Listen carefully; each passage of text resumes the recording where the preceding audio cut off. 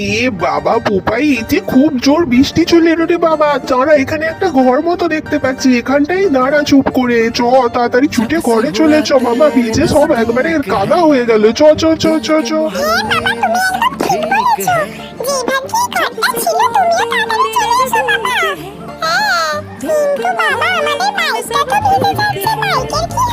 এই শোনা, তুই বাইরে যাস না, বাইকে কিচ্ছু হবে না।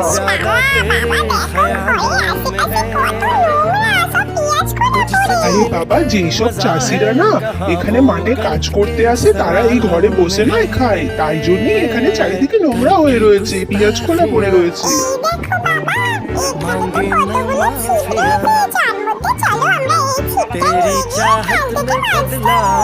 এই শোনা, এটা ঠিক না বাবা, ওটা রেখে দাও, ওটা রেখে দাও।